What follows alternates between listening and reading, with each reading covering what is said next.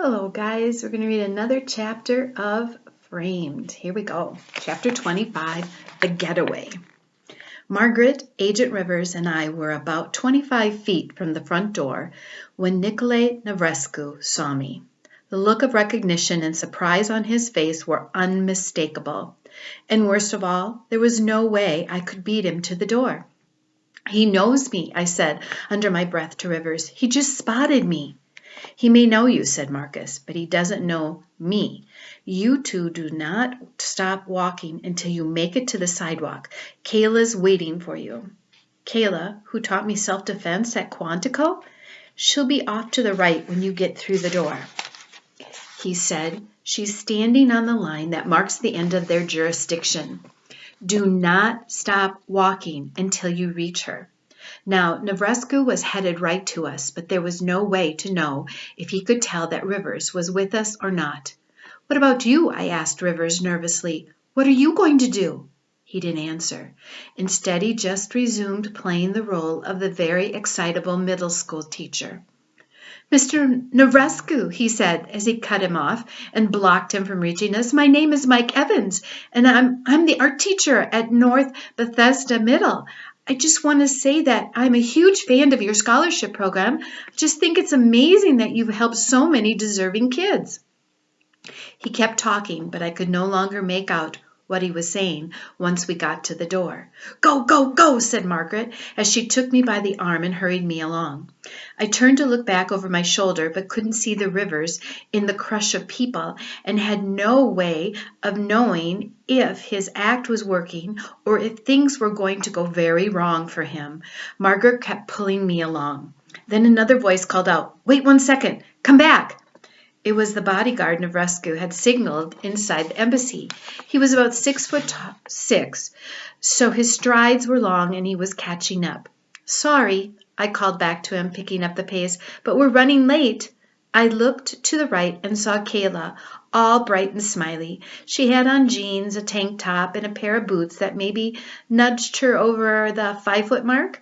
"There's our rescue team," I told Margaret. Seriously, she replied uneasily. "The kindergarten teacher?" "Come back or else," the bodyguard demanded as he closed the gap some more. Kayla was careful to stay beyond the sidewalk, but she reached out and signaled us to hurry. "Come on, you two," she said in her cheery voice, "right over here." We reached her just as the bodyguard reached us, and she swept us with her arms so that we were directly behind her. "You two need to come back," he said, ignoring her. "It's important." "Actually," Kayla said, "they don't need to do anything. You see, they're with me." The man laughed. "And who are you, their babysitter?" "You know, I did babysit back home in Pennsylvania," she said as she took his hand. It looked as if she was going to shake it, but instead she started to twist his pinky and ring fingers and practically brought him to his knees. "But today I'm not a babysitter. Today I'm your worst nightmare." The amazing thing was that even as she was physically destroying and taunting him, she kept talking in that upbeat kindergarten teacher's voice. She continued to twist his fingers and he grimaced in agony, a line of sweat forming on his forehead. "Now, I'm wearing my favorite boots," she continued, "and I don't want to mess them up. But if you so much as make another move toward either of these children, I will not hesitate to use them in ways that you will find excruciatingly uncomfortable." Just then a black SUV pulled up next to us.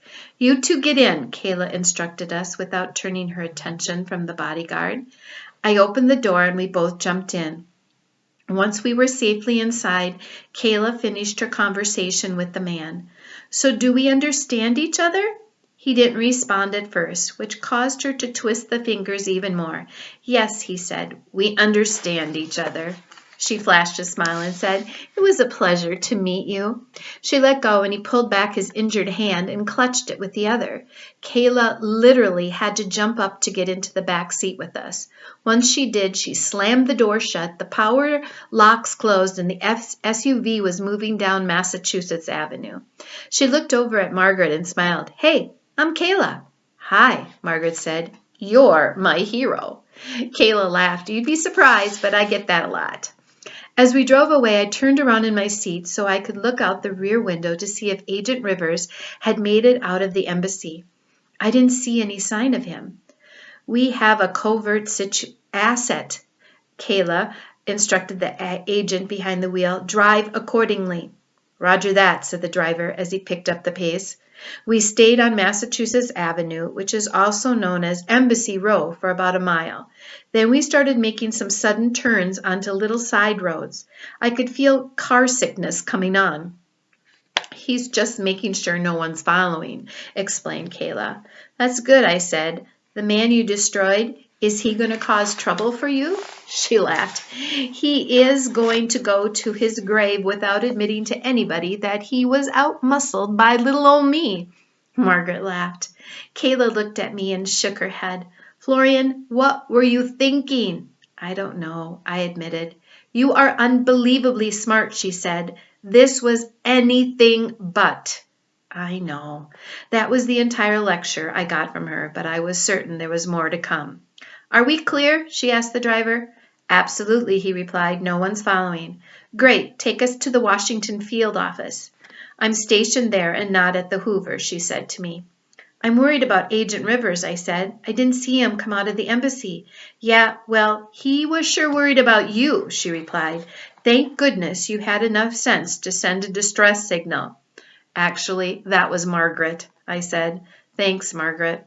It's okay, she said. That's what BFs do, right? 10 minutes later, we pulled into the underground garage at the FBI Washington field office. It was large and nondescript, about a half a mile from the Hoover building. A few minutes after we got there, another car pulled up beside us. It was a maroon hybrid. Agent Rivers was behind the wheel. I let out a huge sigh of relief. Looks like your ride is here, she said, so it's time for me to say goodbye. You two stay out of trouble, okay? Okay, I said. Definitely, said Margaret.